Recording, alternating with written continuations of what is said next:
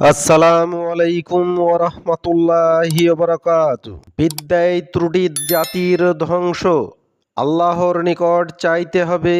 আল্লাহ বলেন, অতঃপর আপনি জেনে নিন যে আল্লাহ ব্যতীত কোনো মাবুদ নেই এবং আপনার পাপের জন্য ক্ষমা প্রার্থনা করুন।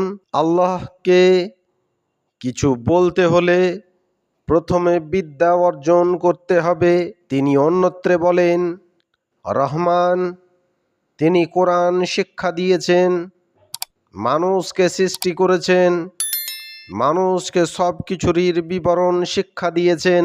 অন্য জায়গায় মহান আল্লাহ বলেন, তোমরা জ্ঞানী মানুষের নিকটে জিজ্ঞেস করো যদি তোমাদের জানা না থাকে।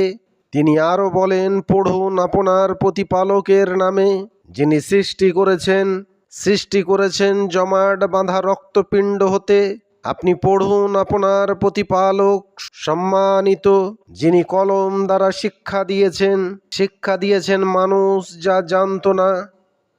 অন্যত্রে তিনি বলেন, হে নবী, আপনি বলুন, অন্ধ ব্যক্তি ও চক্ষুমান ব্যক্তি কি সমান? তোমরা চিন্তা ভাবনা করো না কেন? অত্র আয়াত প্রমাণ করে একমাত্র আল্লাহ প্রদত্ত বিদ্যায় আল্লাহর পরিচয় দিয়ে আরম্ভ হয়েছে। এই আয়াতে বিদ্বানকে চক্ষুওয়ালার সাথে এবং অশিক্ষিত মানুষকে অন্ধ ব্যক্তির সাথে তুলনা করা হয়েছে।